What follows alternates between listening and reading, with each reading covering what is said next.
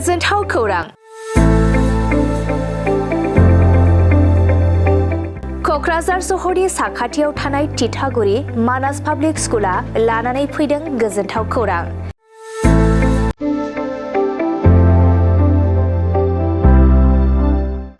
मानास public स्कुला गुन गोनां सोलोंथाइ बोसोरनि नार्सारिनिफ्राय थाखो 9 सिम फरायसा फरायसुलिफोरनि गोदानै 2026-27 मायथाइनि गोदानै मुं थिसननायनि खाबुफोर होगासिनो दं।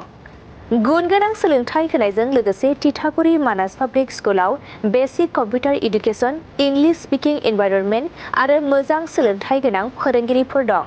फरायसा फरायसुलिफोरनि थाखाय सोलोंथाइ लानायजों गोबां मोजां खाबुफोर दं, जेरै यगानि खाबु आरो हिन्जावसा आरो हौवासाफोरनि थानायनि थाखाय सेपारेट हस्टेलनिबो खाबुफोर दं।